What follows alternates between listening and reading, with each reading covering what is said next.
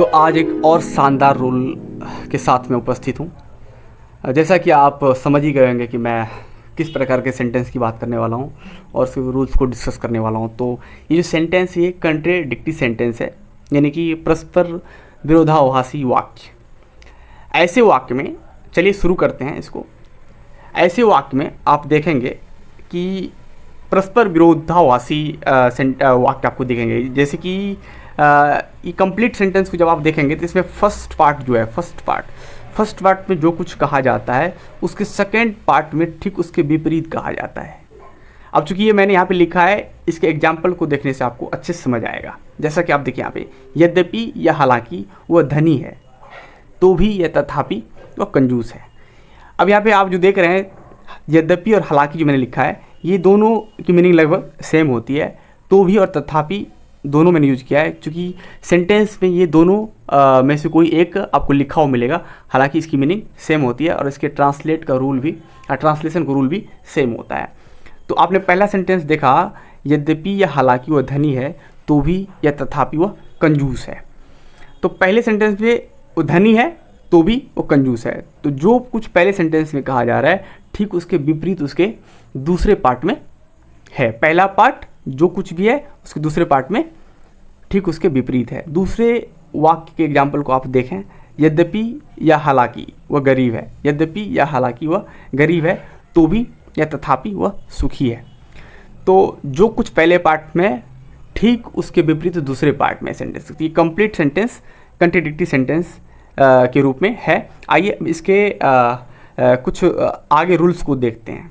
तो जैसा कि आपने समझ लिया कि पहले पार्ट का ठीक दूसरा पार्ट विपरीत होता है, इस प्रकार के सेंटेंस को हम ट्रांसलेट करने का जो रूल अपनाते हैं वो ऐसा है। चलिए देखते हैं इसके रूल को। पहला रूल है हमारा फर्स्ट रूल। इसमें और भी रूल्स हम पढ़ेंगे, 2 रूल है मुख्यतः। तो एक रूल पहले हम डिस्कस करते हैं। चलिए, जैसे कि रूल है ऑल्दो या दो प्लस सबऑर्डिनेट क्लॉज और प्लस प्रिंसिपल क्लॉज। अब सबऑर्डिनेट क्लॉज क्या होता है?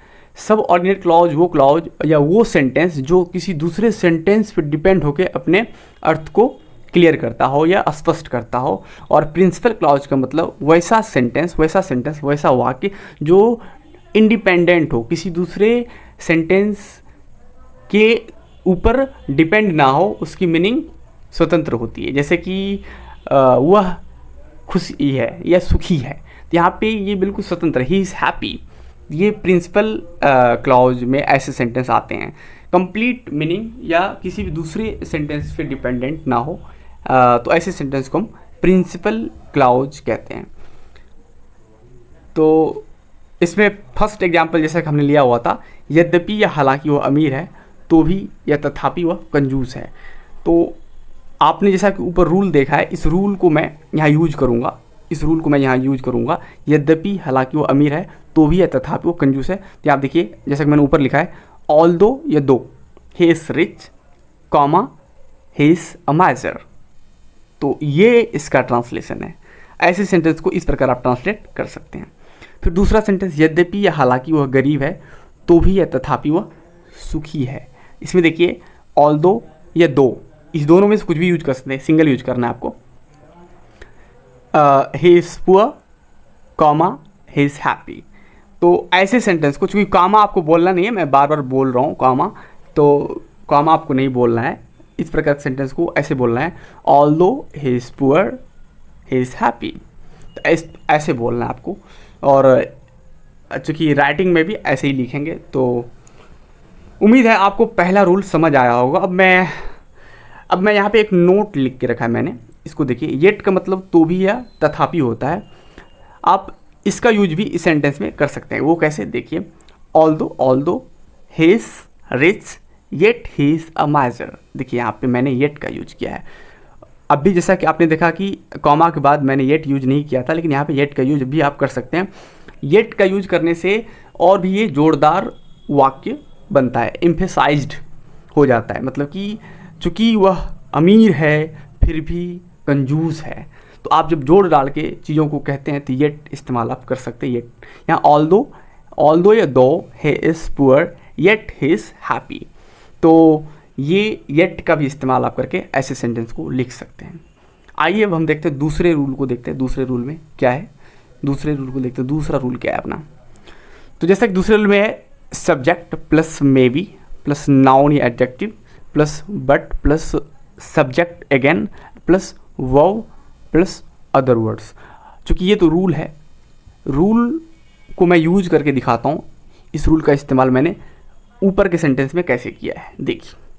जैसे कि he may be rich but he is a माइजर।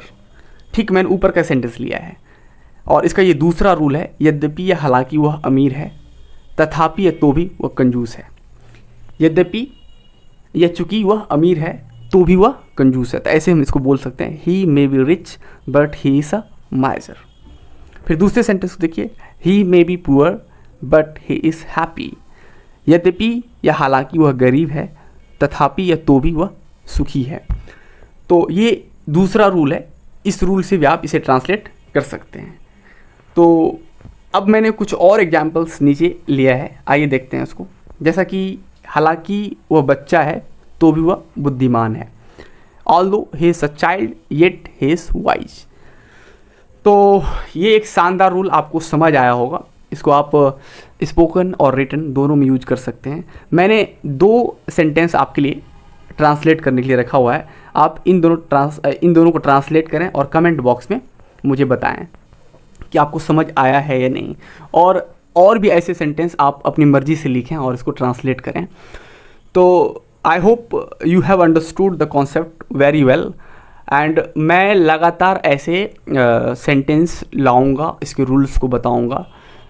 तो ऐसे रूल्स और ऐसे सेंटेंस जो यूनिक सेंटेंस होते हैं, इस प्रकार के रूल्स को जानने के लिए हमारे चैनल को सब्सक्राइब करें, ताकि जब भी मैं इस प्रकार के रूल्स को डालूं तो सबसे पहले आपको इसकी जानकारी हो, इसका नोटिफिकेशन मिले और आप ऐसे रूल्स को लगातार सीखते रहेंगे। तो धन्यवाद।